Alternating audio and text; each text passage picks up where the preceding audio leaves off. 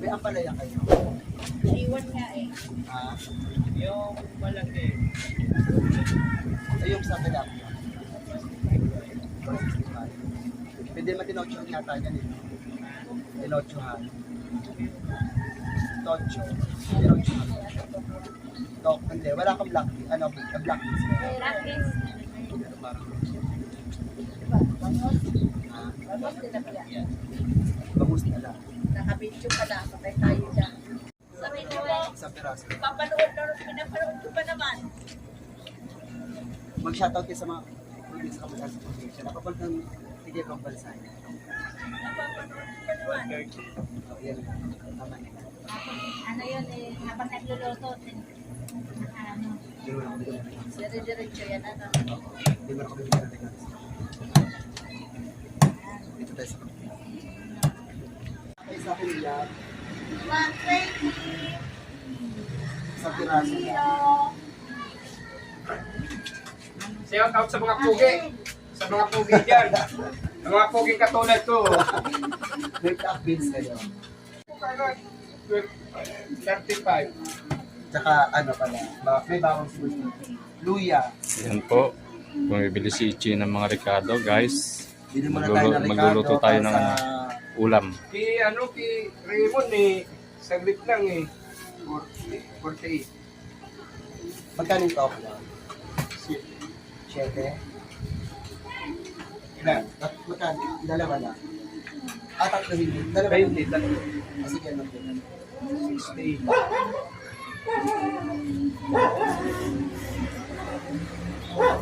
Guys, bumili ako ng tinocho, ng Ricardo para sa tinocho ng bangos. Yun ang iuulam namin pananghalian mamaya. Lulutuin ko, tapos pakikita ko rin sa inyo kung paano lutuin. Tapos ito, simpleng ano lang to. Tawag doon. Simpleng lutong ulam lang, pero ito yung alam kong luto lang. Ewan ko sa mga professional na cook, baka mas masarap at magandang Ricardo yung ginagawa nila. Wala kami nabiling black tofu, kaya ano lang, ordinary tofu lang.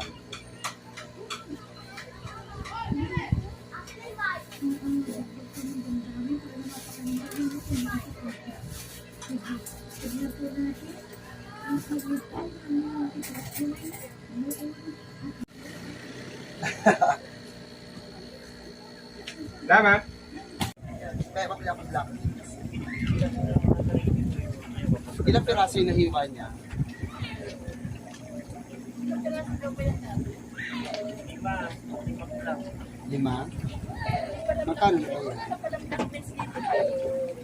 Ayun.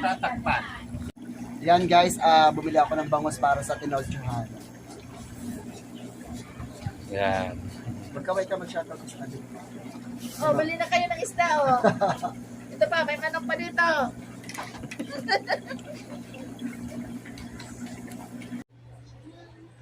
Yon guys, yung binili natin na Ricardo kanina at ulam. Nabag na isda, ito na. Meron tayong pangunahin sa ating lulutuing ulam na tinochohan bangos. Bangos, luya, sibuyas, bawang, black beans, tapos magic sarap, tapos sile, ampalaya.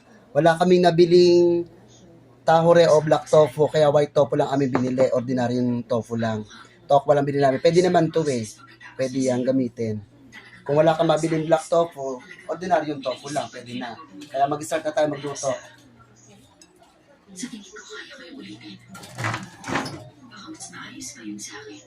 Prituhin ko muna yung pain po tayo ng ng kawali. Kasi ang style ko sa pagluluto ng tinochohan bangos, piniprito ko muna yung isda. Prito ko muna yung isda bago ko, pag na-fried na lahat yan, saka ko iginigisa yung mga sangkap. Kasi mas malasa pagka, na-prito yung isda. Pahid mo tayo ng mantika na kawali.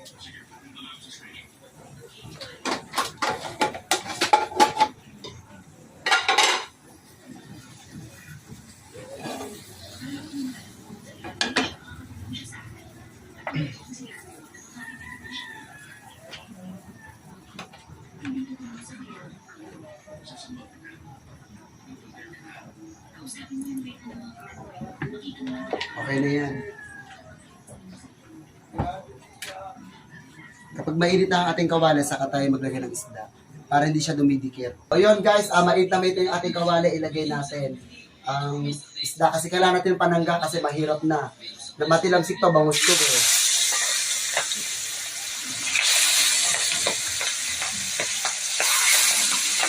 Nakakatilamsik. Aray. Huwag natin takpan. Huwag natin angatin pagka babalik rin na. O yun guys, bubuksan natin para balik rin natin siya. Kabila na pero gagamit lang tayo ng pangharang. Kasi matilamsik talaga ang bagus eh. Yan, hindi pa masyadong dikit pa siya. Pagka kumalas na yan, saka natin balik rin. Nakalas naman yan.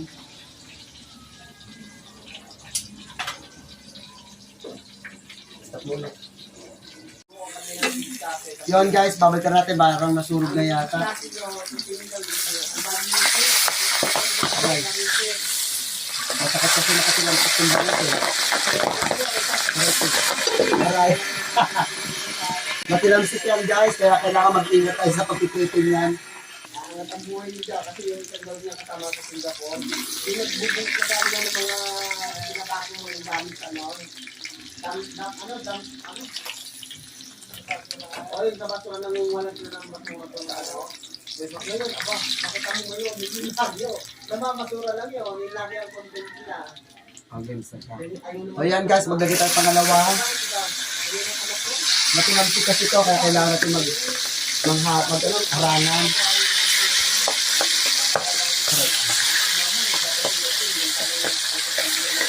Ito natin. Pag na-fry na natin lahat yan, na-prito na natin, magigista ng bawang, sibuyas, luya.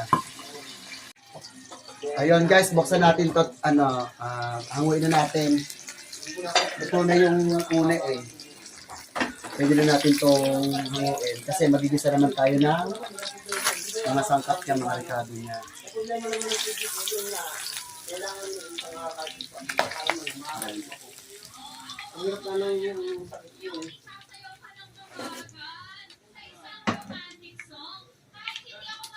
Diyan na rin tayo magigisa.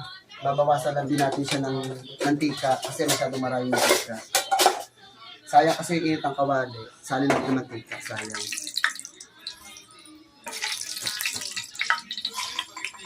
Ayan, so ngayon guys, ang mga sangkap natin, na-prito na yung isda. Na-fried na natin ngayon, magigisa tayo ng Ricardo. Unahin ko muna ang luya pa kasi mabango kasi. Saka mas lumalasa. Madali kasi matunog yung bawang eh. Kaya inuna ko muna ang luya. Pampalasa sa bawang. Pag nag-golden brown na yan, pwede natin ihulog yung mga ibang Ricardo.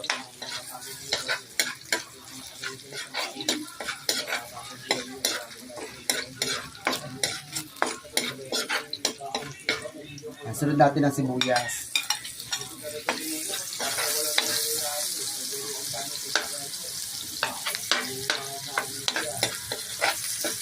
Doon na rin ako nag-isa ng Ricardo sa pinagpiritusan ng isda. Saya kasi yung mantika eh, kung mapapapapon lang. Sunod natin ang bawang.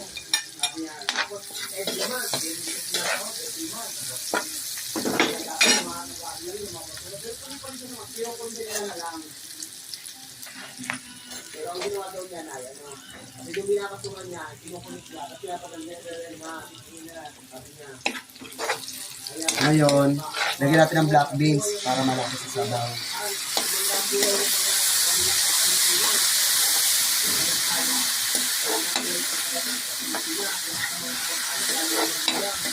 Hayaan muna natin siya mag-isa.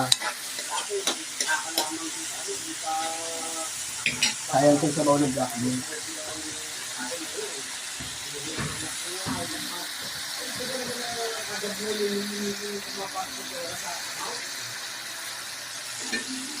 Wala tayong black tofu kaya lalagay natin ordinaryong tofu lang. Kung tawagin sa black tofu, tahure.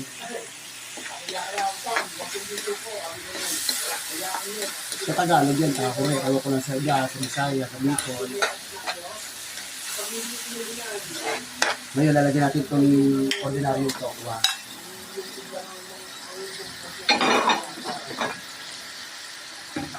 Kailangan natin itong durugin.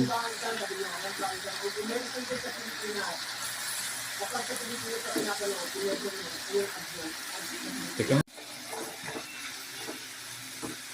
Yan, dinuluto yung tokwa. Inigisa-gisa ko rin siya.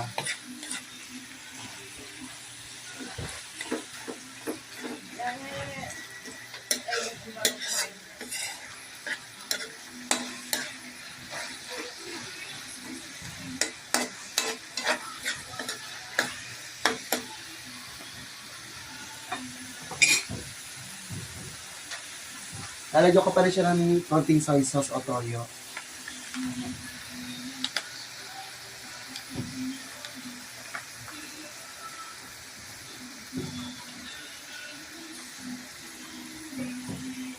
Konting patis, dato puti patis. Baka naman.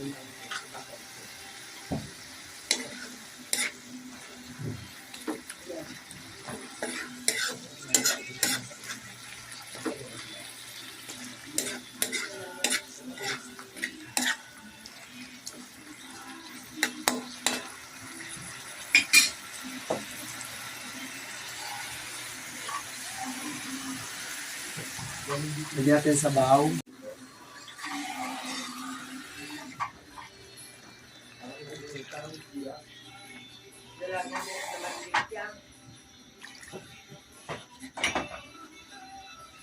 Yan. Pag kumulo yan, lagyan natin ng suka. Saka lagyan na natin ang palaya mamaya.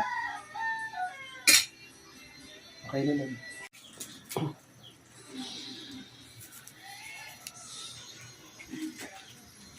Tapos lagyan natin siya ng pampalasa. Magic sarap, baka naman.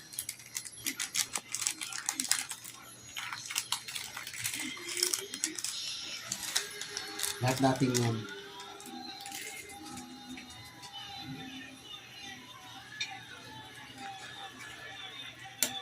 Kulang pa sa kulay.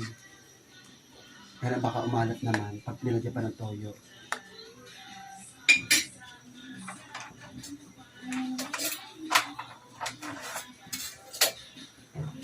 Lagyan na natin lahat ng dato puti soy sauce, baka naman.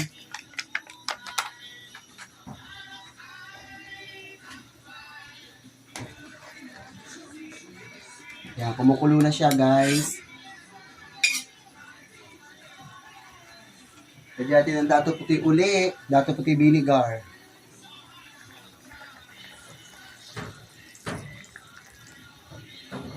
Tama na.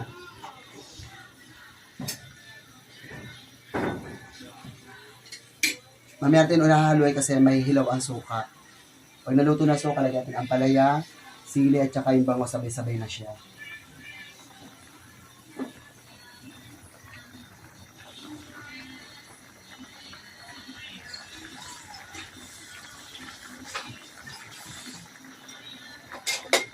Okay na ba?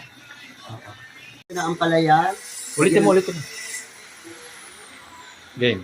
O yun. So yun guys, lagyan natin ang palaya, hugasan na rin natin to. Yan, ilagyan natin siya para lumambot. Pati sili.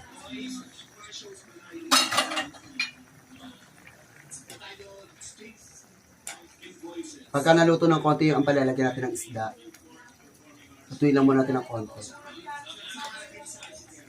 Okay na. Diyan ko lang. Lagyan natin ng konting patis kasi medyo matabang.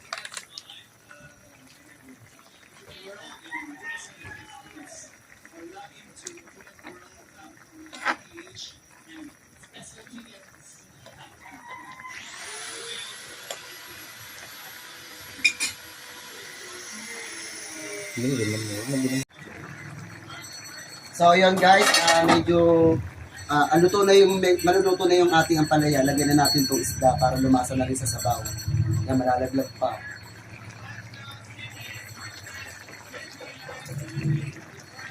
Para pagluto ng isda, pati yung gulay, sabay-sabay na siya. Kasi paborito namin ito eh. Lalo yung hipag ko, paborito niya itong tinochong bangus. Ewan ko yung iba, Yung iba kasi, pagka nagluluto ng tinochohan, magkakaiba kasi ng process ng pagtitinocho eh. Ito dito ako magtinocho. Ganyan ang aking style ng pagluluto. Meron kasi mas iba pa mas nag-level up.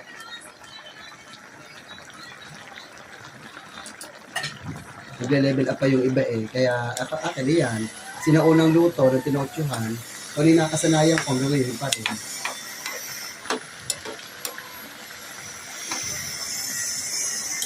Pag naluto yung ampalaya at yung isda, sabay-sabay na yan.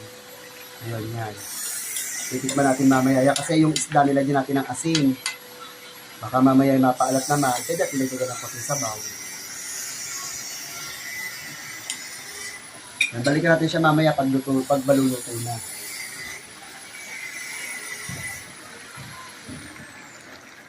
Parang kulang ang sabaw. Meron kasi nagluluto ng tinochuhan, nagde-level up. Eh ako, Filipino style talaga. Ano ba? Okay na yun. Diba? Sa iba, okay na raw yun. Pero sa akin, ito, yung sinaunang nakagistan ko, Filipino style. Yung sinaunang tinochuhan. Simple lang. Yan, ganyan lang. Kasi wala naman ako nabiling black, tahure. Yung black tofu, kaya ginamit ko, ordinary yung tofu lang. Yung tofu na lang. Pero may black beans din naman.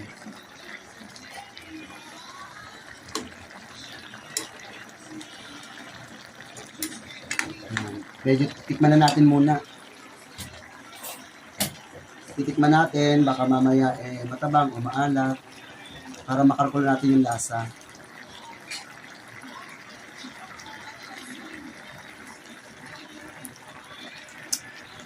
Sarap. Lasa-lasa mo yung ampalaya at saka yung yung black beans. Tama lang yung alat niya. Hindi naman maalat, hindi naman matabang, tama-tama. Lutuin mo natin ng konti ang ampalaya kasi medyo hilaw pa yan. Saka para lumasa na rin yung isda din sa sabaw. Balikan natin siya mamaya. O yan guys, luto na yan. Hahanguin ko na. Hindi ko masyadong sinabawan kasi mawawala yung lasa niya. Kasi hindi naman ito sinigang, kaya tama lang yung sabaw. Papatayin ko na yung gas. Yan. Sarap. Tama-tama yung alat at lasa. Yan. Kakain na kami. Okay na, luto na. So yun guys, luto na, kakain na tayo. Yan. Ito na yung ating tinochohang bangos. Nakapag-ahin na rin pati ako at kakain na tayo. Na-bless na rin po namin yung pagkain, kaya pwede na tayong kumain. Don't forget to subscribe, like, and share. Pakiclick nyo na yung notification bell para updated kayo sa aming susunod na video. Bye!